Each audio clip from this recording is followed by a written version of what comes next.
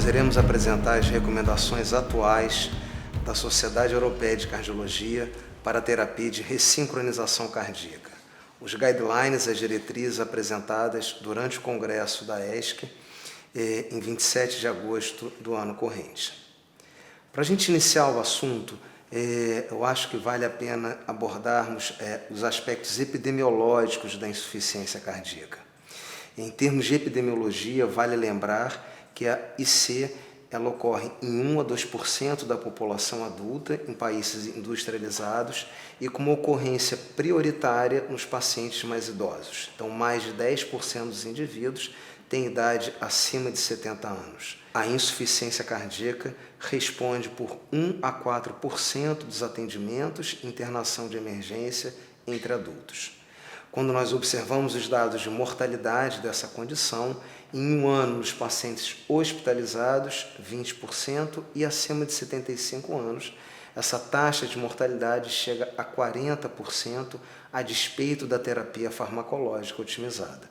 Portanto, de posse desses dados, a gente consegue compreender a importância do assunto, a dimensão do assunto. No desenvolvimento fisiopatológico da insuficiência cardíaca, à medida que a disfunção ventricular se estabelece e progride, aumenta a ocorrência dos distúrbios de condução intraventricular. E quando falamos de distúrbios de condução intraventricular, a gente se remete diretamente ao bloqueio de ramo esquerdo. Portanto, o bloqueio de ramo esquerdo em pacientes ambulatoriais ocorre em 20 a 30% dessa população, sendo considerado o achado eletrocardiográfico mais comumente observado.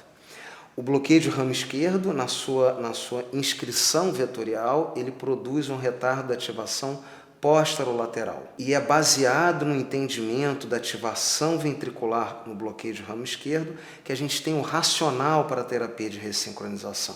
Portanto, o bloqueio de ramo esquerdo, sabidamente, produz atrasos regionais da ativação ventricular, especialmente da região posterolateral, que colabora para a ocorrência de dissincronia intra- e interventricular, juntamente com bloqueio AV de primeiro grau, aumento do intervalo AV, disfunção contrátil, colaboram para a insuficiência mitral pré-sistólica, que conjuntamente levam a uma queda do débito cardíaco, a uma piora da classe funcional e uma piora da função ventricular.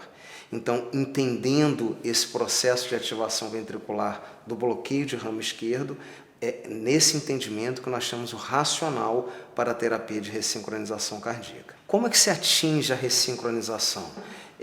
O método clássico de ressincronização cardíaca é através da estimulação via seio coronário. Lembrando o seio coronário, uma estrutura venosa que está entre o átrio esquerdo e o ventrículo esquerdo.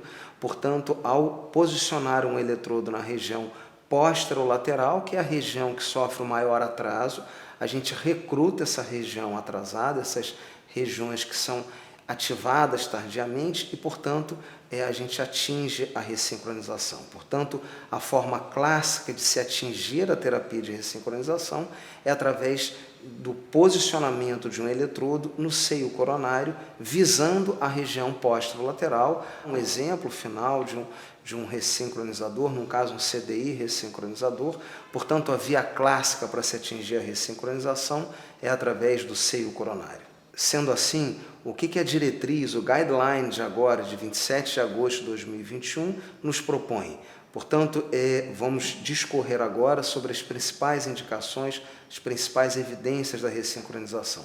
Inicialmente, no manejo da insuficiência cardíaca com fração de ejeção reduzida, a Sociedade Europeia de Cardiologia propõe de uma forma muito clara e didática que após a otimização farmacológica com os fármacos clássicos e previstos hoje em dia na diretriz, passado o estado hipervolêmico em que o manejo é com diuréticos, está então indicada a ressincronização. Aqui nesse slide e nessa proposta desse diagrama, de uma forma bem simples, em verde o que seria indicação classe 1, em amarelo que seria indicação classe 2A, e aí está contemplada não só a ressincronização, como também o implante CDI. Mas vamos então assim dissecar um pouco mais e ver melhor esses esses níveis de evidência que nós temos hoje em dia. Portanto, como classe 1, em que não há mais discussão, em que está plenamente indicada a ressincronização, nós teríamos duas condições. 1A, complexo QRS maior ou igual a 150 milissegundos, morfologia de bloqueio de ramo esquerdo, fração de ejeção menor ou igual a 35% e tratamento farmacológico otimizado, como já proposto anteriormente. Outra indicação, 1A, seria para os indivíduos com insuficiência cardíaca com fração de ejeção reduzida, independente da classe funcional, em que haja uma previsão de uma alta taxa de estimulação ventricular direita, ou seja, indivíduos com disfunção ventricular e que tenham um bloqueio atrioventricular em que haja uma indicação clara de marcapasso.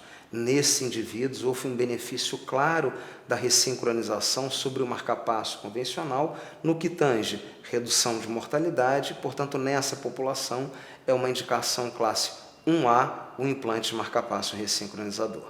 Como recomendações classe 2A, ou seja, em que há um forte benefício, nós teríamos, primeiro, complexo QRS maior ou igual a 150 milissegundos, morfologia não BRE, fração de ejeção menor ou igual a 35% e tratamento clínico farmacológico otimizado. Portanto, uma classe 2A nos indivíduos não BRE e, obviamente, a gente se refere diretamente aqui ao BRD.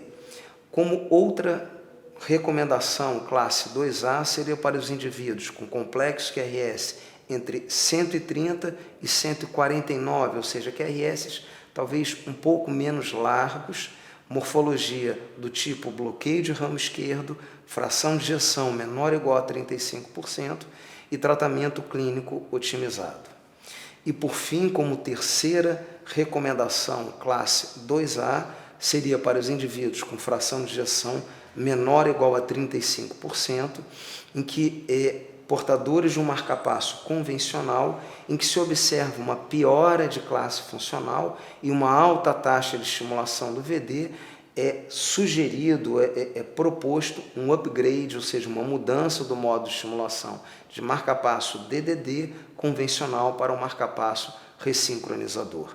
É importante aqui deixar claro o conceito de que sempre que a gente mantém uma taxa de estimulação do VD acima de 20%, a gente começa a aumentar a possibilidade da ocorrência da cardiomiopatia induzida pelo marcapasso. E é esse conceito que está embutido nessa terceira indicação, classe 2A, da Sociedade Europeia de Cardiologia.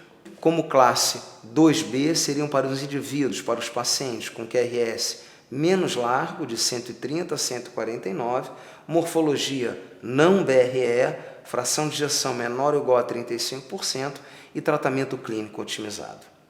Por fim, então, acho que talvez, não sei se mais importante, mas de extrema relevância, seria o que é a indicação classe 3, ou seja, aquilo que a gente não deve fazer e não deve indicar. E nisso a Sociedade Europeia é muito clara, e a Sociedade Brasileira de Cardiologia também, ou seja, classe 3 para a TRC, a terapia de ressincronização cardíaca, ela não está prevista, ela não está recomendada para indivíduos que tenham um QRS menor que 130 milissegundos.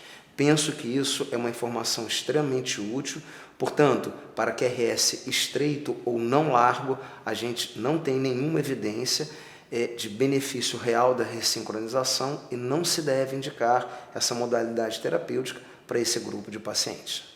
Na aula de hoje, nós revisamos as principais recomendações da Sociedade Europeia de Cardiologia sobre terapia de ressincronização cardíaca, um tema extremamente relevante e útil para a prática clínica, especialmente para aqueles que se dedicam ao tratamento da insuficiência cardíaca, residentes, estudantes, colegas da área da clínica médica, da cardiologia, enfim. Em breve estaremos trazendo novos conteúdos nessa área, falar sobre desfibriladores e outros assuntos da área de arritmologia no contexto da insuficiência cardíaca.